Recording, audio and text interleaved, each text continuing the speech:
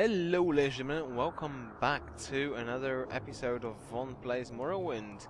Last time I left you alone at this horrible backcountry of Morrowind, because, you know, I had to quit because, you know, the game was just getting too much. We had just done something for Silmatul, we'd done Cavern, which is awesome. And he gave us the secret of the third trial. So now we have to find a cave, the Cavern of the Incarnate. And from what the Ursulaku tribesmen tell me, it's somewhere around here. Around Zergonipal and a bit to the east of that. So we're just going to find that. We need to find the Valley of the Wind, and that is basically marked by, I think it was Aaron's Teeth or something like that. I can't be bothered looking it up, but I think it was called something like that, which is basically two tall rock spires, which is kind of hard to look for in a place that has 20,000 tall rock spires every square foot.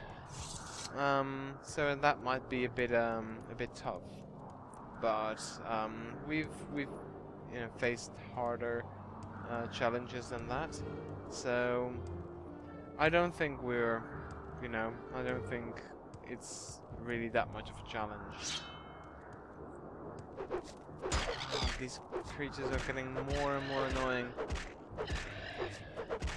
Anyway, as I was saying, or as I was maybe not saying, we can level up, yay! Again! We are getting so awesome. How do we use our intelligence? We're not that very intelligent, so I really don't know. I'm just going to go ahead and pick maybe personality. On the other hand, our sword is our personality. That's the only persuasion tool that we really need. So let's just do intelligence, because maybe we are going to need, oh no, willpower and agility, because this is your maximum fatigue thing, and that's going to be really handy as well, because my fatigue is not really all that high, and I think it could be higher. Of course it could be higher, because the attribute that governs fatigue is only at like 30, so I guess I just need to need to up that a bit and not suck at it. We are going in absolutely the wrong direction, so let's remedy that, because I do not want to suddenly end up at like Aldrun or something. I'm like, oh lol, we went wrong. So let's, come on, let me please go the right direction, hill. Another thing that's totally not related to the game is that I just finished reading all the currently available books of A Song of Ice and Fire, i.e., you know, the books that someone. Hello. I thought I killed all of you. Wow. That was a surprise. I.e. the books on which the Game of Thrones series is based, and it's left a gaping deep gash in my my time, because right now there's just no other books that can kind of fill the void left by, you know, what I currently read. It's, if anyone of you knows a low fantasy, very low key, like I like as little magic as possible. So very low fantasy, and with the same kind of political intrigue or intrigue, whatever. You know what I mean. So don't go be a grammar Nazi on me. But if you know any kind of similar books for me to read, that would be absolutely awesome, because I don't think that I really... I just need something else to read, and I would like it to be in the same style. So if you have a tip for me, when it comes to reading stuff, it would be very much appreciated. I think these people don't like me. Oh, and they're women. Women don't like me at all in this game. Don't ask me why. Possibly because I'm shoving a blade. Uh-oh. Don't you dare. Possibly because I'm shoving a blade up their rectum. That's generally something that's not very well received by most. Of course, there's always those weirdos that really like that sort of thing. But I like to think that they're sort of filtered out of humanity by, you know, basically by evolution. Because someone who likes a blade up his or her rectum is generally not going to live very long. It is not really going to be able to reproduce. So yeah. Of course the rectum is not really a reproductive organ. But it's very close to it, and shoving a blade at that would probably affect. I think I should stop while I still can, because I might just go on and on. Doesn't seem like the best idea, so I'll just stop. Hey, a cliff racer! Let's talk to the cliff racer instead. But yeah, so if anyone knows a book for me to read, right now I'm reading a book by Terry Pratchett, and then I have another book of Terry Pratchett's lined up. The first book that I am going to read by him, I've already started, is The Long Earth, which is basically a collaborative project of Pratchett and some guy called Stephen Baxter. And the next book is, if I remember correctly, Snuff. Which is something I'm really looking forward to as well, because I've always been a fan of that particular character and his... Okay, let's just focus on this guy for a while, because he appears to be rather well stocked on magic. Okay. You know what? Let's see if we can quickly... Okay. No. I want to see if I have some standard instead. For some reason I don't think we are as lucky as that, so we really need this one. Oh well, we'll just restock at Nelkyra's thing, and we'll have more health potions before we know it. I think those might very well be the tall rock spires of the Valley of the Wind. These things, and it's east of Sergunipal, so we should be fine here. First though, let's take out these guys, because I just don't like them. They're extremely ugly. A pug dog would be, you know, more beautiful than them. These guys are not going to win a beauty contest in any world. Not just in this world, but in any world they're going to be considered extremely ugly. So I'm not going to bet on them in any sort of mis-election. Okay, so what we're heading towards is the Cavern of the Incarnate. I sort of don't really remember what exactly went on there, but I think it has something to do with me being extremely awesome and being recognized by... might very well be Azura. But my memory really fails me at this point. I think it was Azura. So, if I am right, just remember that I knew this. If I'm not, well, yeah, then I just suck, I guess. But, I think it was Azura, and I think, from what I remember, the door only opens, at dusk. Because it is Azura, or some other goddess. I think it was Moon and Stars, so either it's midnight or dawn and dusk. Before we answer that conundrum though, let's first kill one of the native creatures of this place. See, that's a door of Moon and Star. The door is locked. and will not open. The star is the key. The star is the key, i.e. let's wait until night. So 11 hours, that should take us to 12 AM,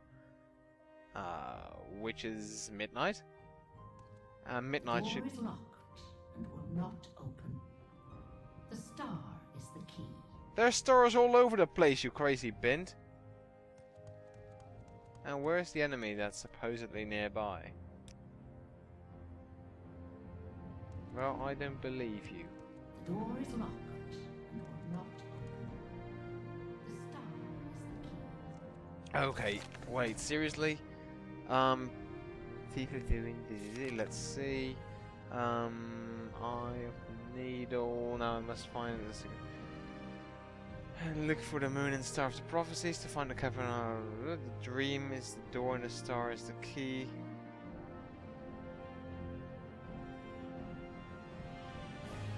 Take counsel of the wisdom of the tribes. I'll just wait like 1 hour every now and then and see if The door is locked. she regains her sanity at some point. The star is the key. Okay, apparently not yet. Or was it like dawn? The door is locked. It could be dawn. I totally forgot. Is the key. I knew at some point. Door is I'm locked. extremely certain that I knew at some point. The star is the key. The dawn hour. Ah, well, in the dawn hour under Azure Star. See, dawn. That's it. I should have thought before. Oh, beautiful statue. It is indeed a very nice statue. And these people do not seem to be very happy in this place. I hope I can actually get out, because I'm not sure why they're here. Maybe they ate of the mushrooms. The mushrooms are very dangerous. Do not eat of the mushrooms. Okay, moon and star. Weight, value 2000. Constant effect, fortify personality, fortify speechcraft. For 5 points. For 5 points. That's not really going to work. I mean, I'm at 16 and 30. That's not... Even those 5 points, they're not going to work. They're not going to make me a charismatic person or anything. But let's take it anyway. And now the game has to think. Nerevarine reborn. Incarnate. Your first 3 trials are finished. Now 2 new trials lie before you.